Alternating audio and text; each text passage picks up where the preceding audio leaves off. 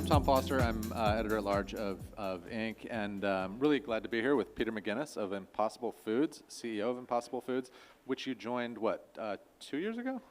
3 years ago? 3 years ago. Almost 3. Okay. But it's dog years for sure. Feels longer. Let's just start with your background a little bit. I mean, you want to share with the audience so everybody knows sort of where you're coming from. Impossible launched in, 2011? Is that right? Yeah, about 12 years ago, but I mean, it launched in a relatively small way, launched in food service. It didn't launch in retail until about 3.5 years ago, interestingly. So you couldn't get it at a grocery store 4 years ago. So it hasn't been around long, which is interesting when everyone says, oh, the category is waning and declining and, this, that, and the other thing. It's a young category. And so I kind of describe it as it's in first gear. So we got to get into second, third, fourth, fifth gear. It's got a long way to go. And I think that's the way to look at it. It's underdeveloped, it's underpenetrated, it's also misunderstood, which is something we need to clear up. But it's in its infancy. So, it's not a mature category that's declining, right? It's a young category that's misunderstood. That's a different thing entirely. Yeah. And you came from, just to finish the background, and then I want to get into the journey that Impossible's been on. You came from Chobani? Yeah, I mean, for 20 years I was in advertising. I ran advertising agencies in London and New York and Chicago and did a lot of branding work, communication work across, I did the beer wars, the soda wars, the insurance wars. Went to Chobani, did a decade at Chobani, ended up running Chobani.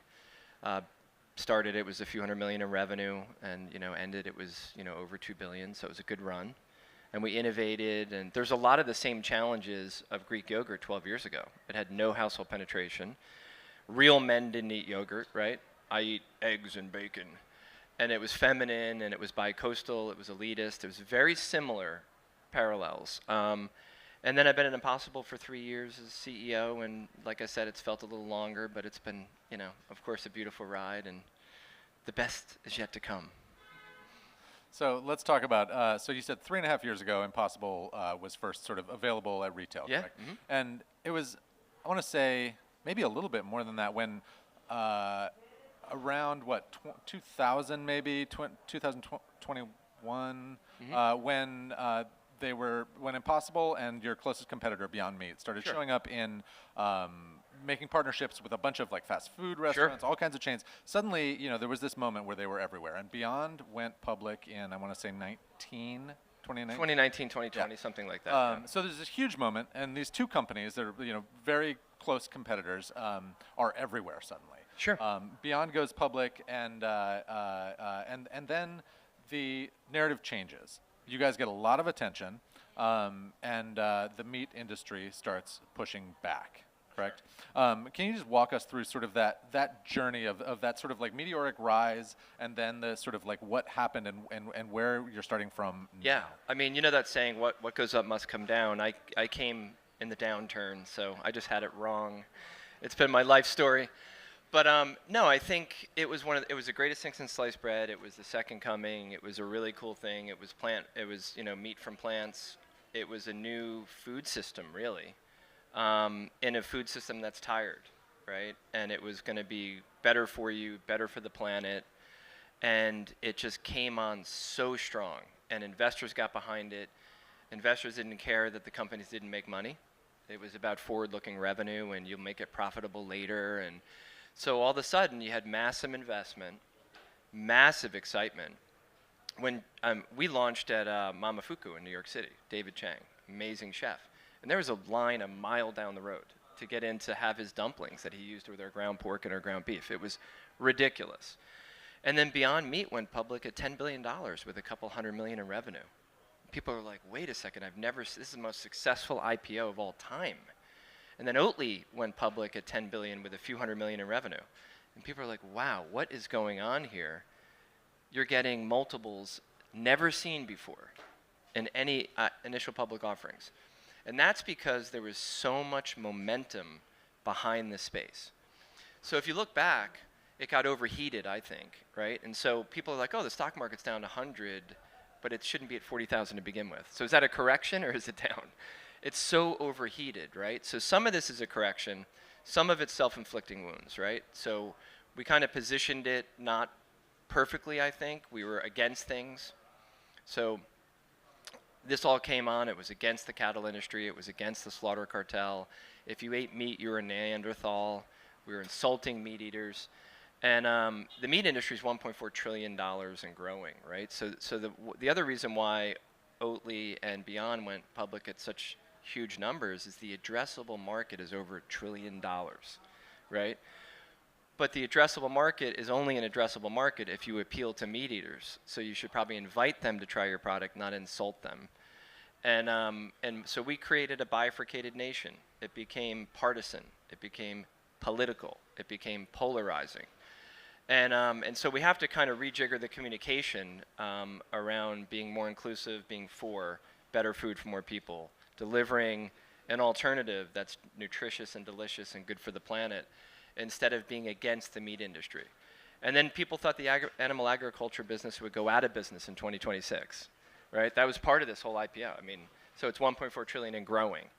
So I think they can coexist, and I think there are a lot of flexitarians, probably a lot of flexitarians in the audience.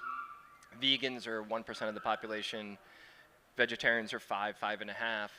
In order for this to work, you have to appeal to meat eaters, right? And so there's flexitarians. You can have an Impossible Burger and a regular burger. It's okay. We don't need to judge people. So we have work to do. And so, like I said, I think some of it's cooling, some of it's correcting, and some of it is self-inflicted wounds that we need to kind of undo. So you talked about, you know, these self-inflicted wounds being this sort of attacking the meat industry, Sure. right, and saying meat is bad.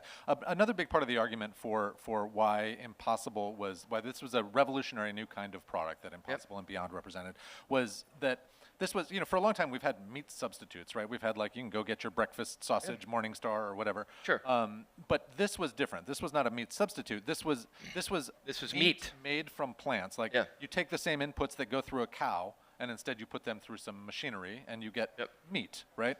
And this was an argument that was made fairly explicitly by the companies. When the meat industry then turned around and came back and said, "Hey, they flipped that argument and they said this is highly ultra-processed food, and this is bad for you. This isn't good for you. This isn't meat from plants. This is bad for you, processed food." And that argument stuck. Sure. Right? Can you talk us through sort of that messaging challenge, because now that's out there? How do you come back from that kind of a messaging challenge? Yeah, really hard. And I think part of it was we picked on the biggest bully, right?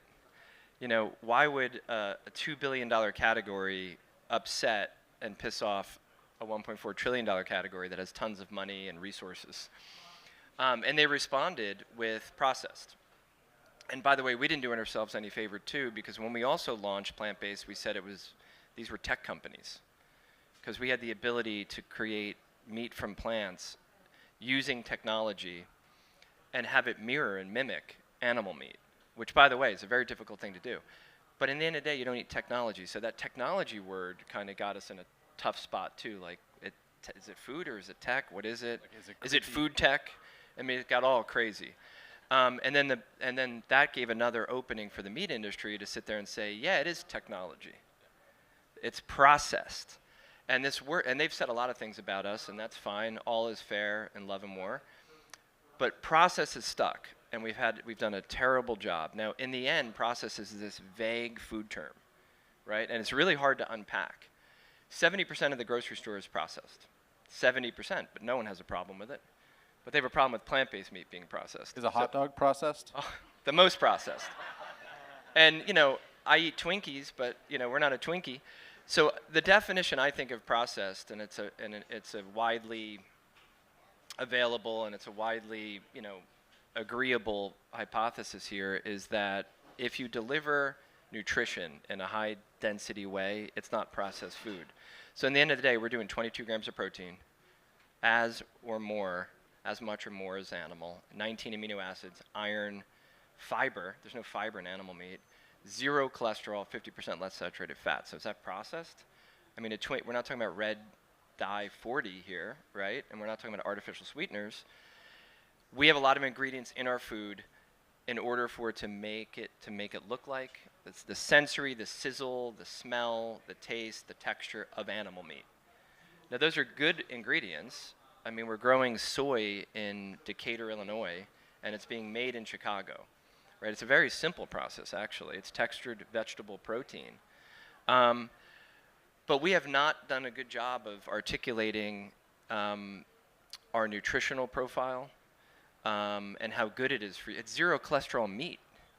I mean, no matter if you're a Republican or a Democrat, cholesterol is not a good thing. You can wrap your mind around that. So we've done a lousy job. Again, self-inflicting. So we got to play offense here and really articulate the benefits of our product and really tackle this process thing. And we just haven't done it. We haven't done it as impossible, but as an industry, we've done a real lousy job. We're not very coordinated in the plant-based industry. So I had in my coffee this morning Chobani oat milk. Yeah, it's good stuff. Yeah, it's good Launched stuff. it before I left. And it was delicious. And I go in the grocery store and I buy my oat milk and I look in the milk section of the refrigerator there. Right next to the regular milk are the almond milk and the oat milk and the soy milk and all of those things. It doesn't seem to me that plant-based milk has faced the same stigma that plant-based meat did. What's the reason for that? What's the difference between those two?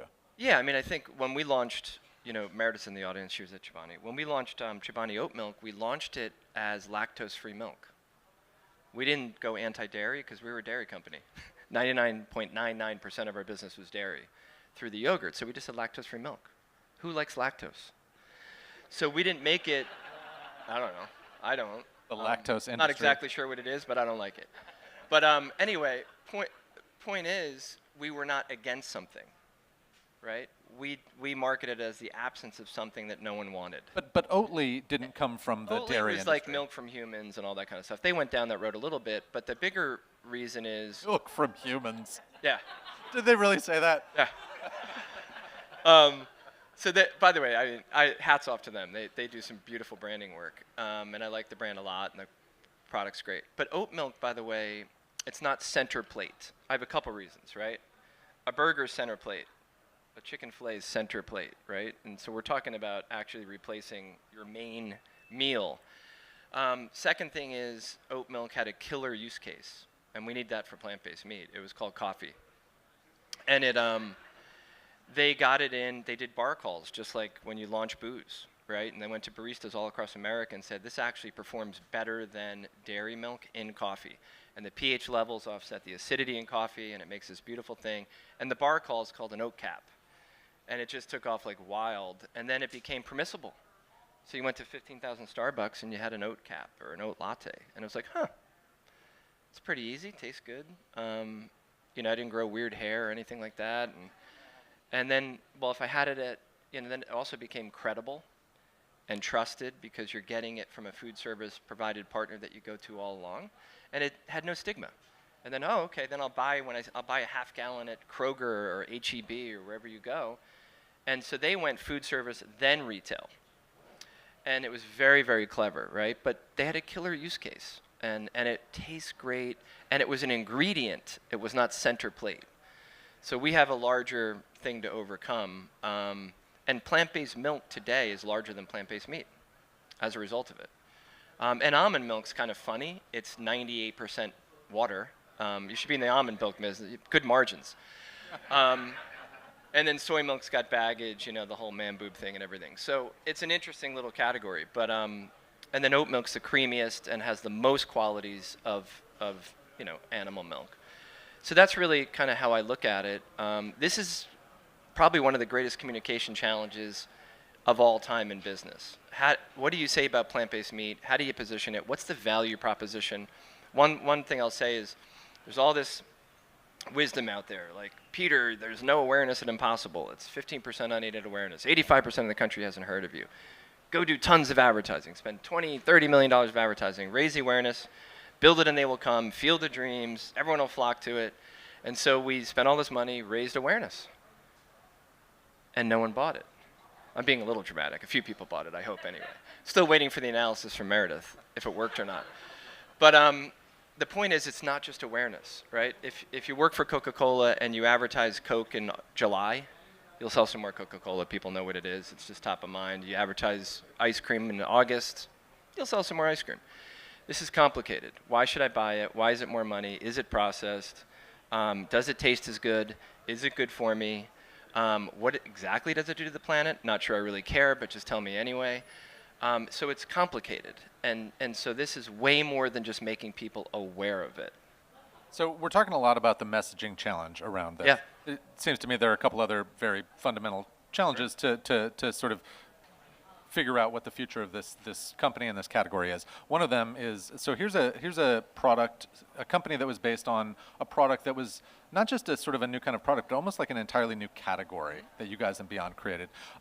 It's an innovation story, right? Okay. And to continue to move forward, it has to presumably also be an innovation story. So I'm sort of curious what you guys are building now that is going to help sort of forge the future of the company and the industry.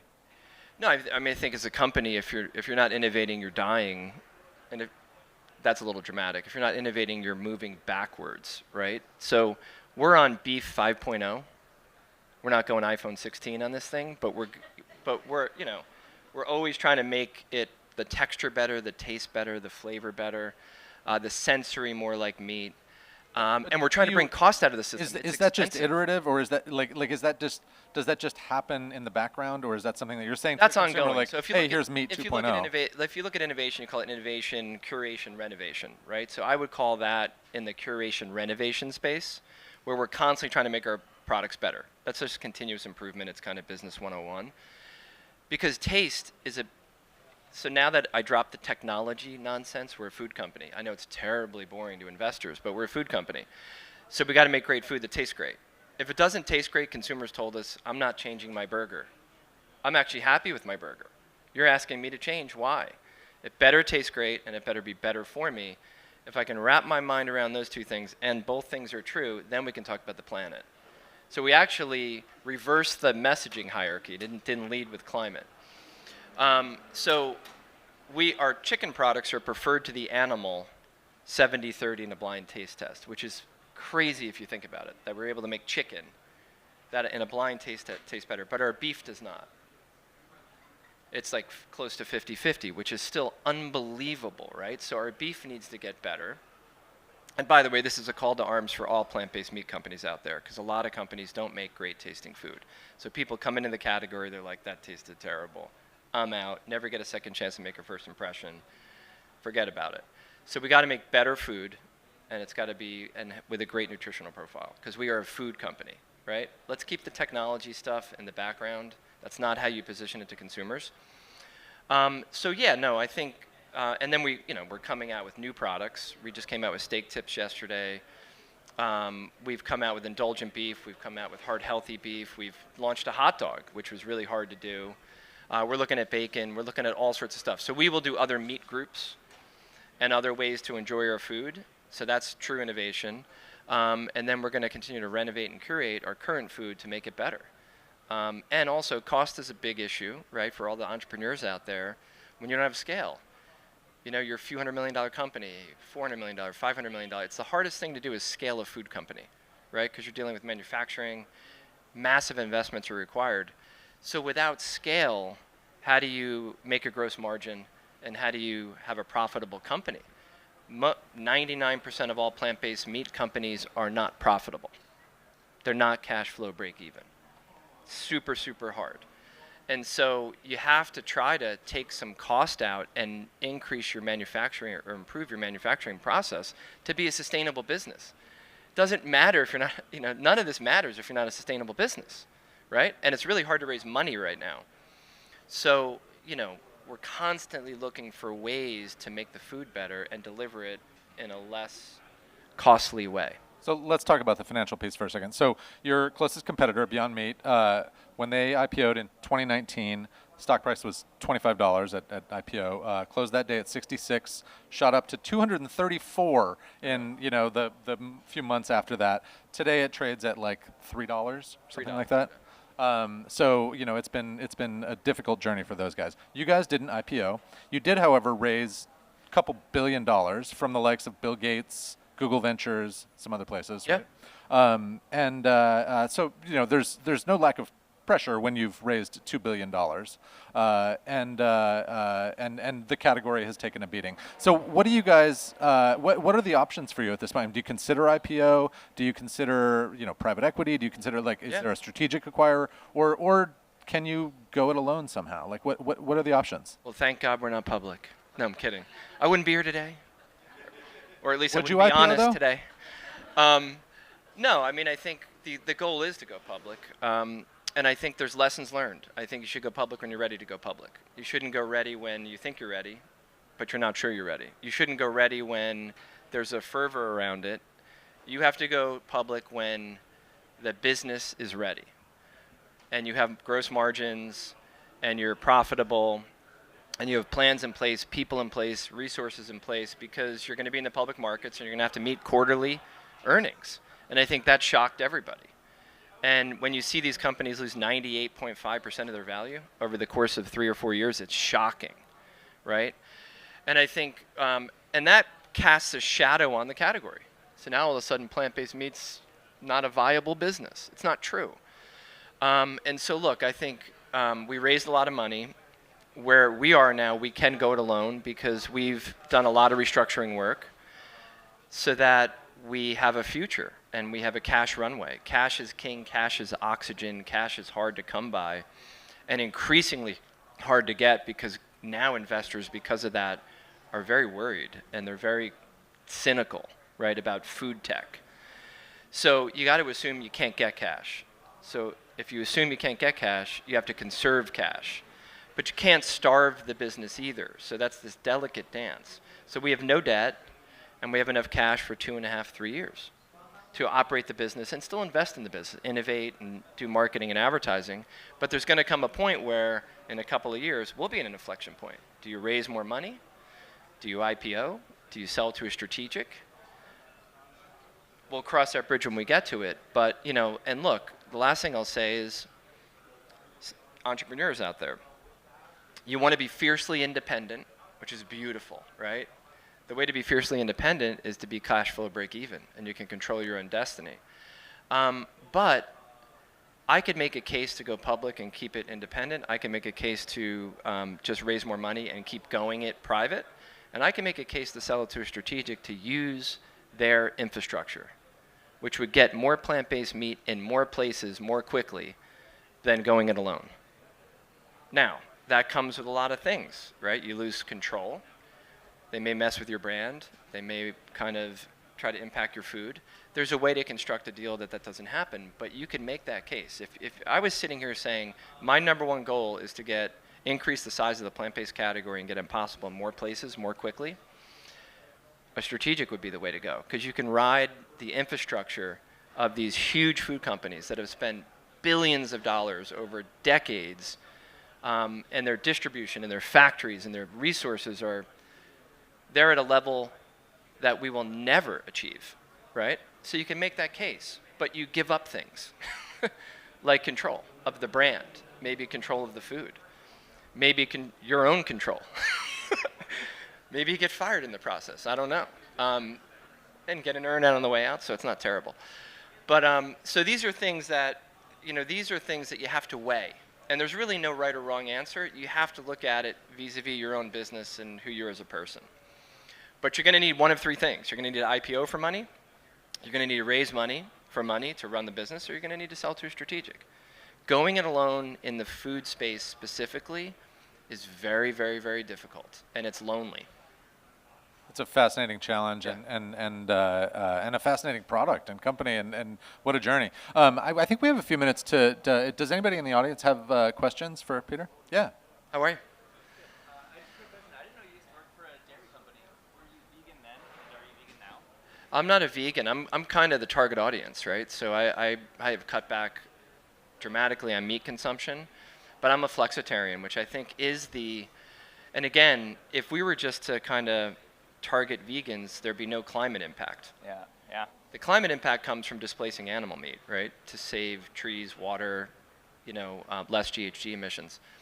And so just quick math, like I said, it's about 6% of the US population, vegans and vegetarians. Flexitarians are about 100 to 130 million people in the US. So it's 30-40% of the US. So one of the reasons why our awareness did not work when we did broad upper funnel advertising is we reached a lot of people that were immovable, that would never they're meat eaters, they're stuck in their ways. This flexitarian space, which is, like I said, and you look at Europe, you look at the UK, it's about a third of the world's population. They're open to eating plant-based meat or drinking plant-based milk, and they'll cross-eat, cross-drink, maybe cross-fit too. I don't know, that's a different category. Forget that for a second. And that's who we have to hit, right? Because if we're a small company and we're not going to raise any money if we're just vegan. And so Starbucks today, over at the JW Marriott, we have an Impossible sausage sandwich. It has an egg on it, and it has cheese on it. So that's a controversial thing. But we're replacing the pork with our pork. So it's better for you, it's better for the planet. An Impossible Whopper has special sauce on it and some cheese. But it's still better for you than the full-up Whopper, right? So we have to take baby steps, and it's not binary black and white world we live in, right? That's fascinating. Are there other companies that are coming into this space today in this moment and saying like, hey, we have a fresh take on this? And No, we can don't sort of do it. Start without the... Leave me alone and save yourself. No, I think more people are divesting and going out of business than coming in. And it's just a sad reality. There's between 150 and 200 plant-based meat companies in America scanning in Nielsen in a $2.5 billion category. So there's too many, right? And it's confusing, and people don't know how to shop it. So I think it's starting to rationalize, and it's starting to consolidate. Same thing happened at Chobani when we came out with Greek yogurt. Everyone had to copy us. There was 28 strawberry Greek yogurts at one point. And people are like, I don't even know I haven't heard of half these companies. And then it became us and Dannon and private label. I think the same thing will happen. People got super excited. People did it as a hobby.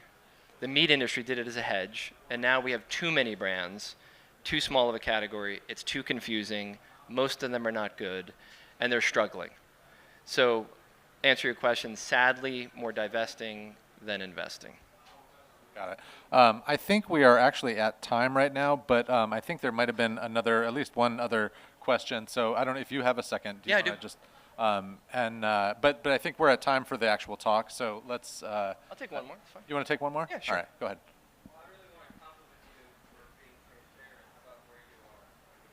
Thank you.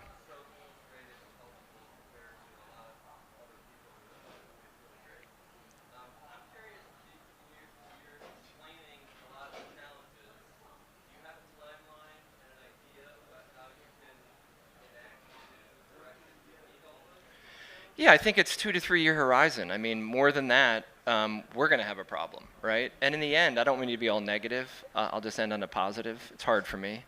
No,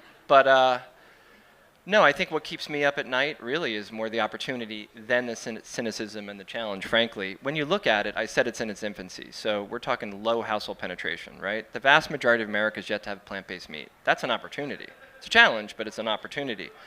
So when I look at our total distribution points, we have 1,200 distribution points, which is great for the sales team, but we're in first gear. There's 9,000 distribution points.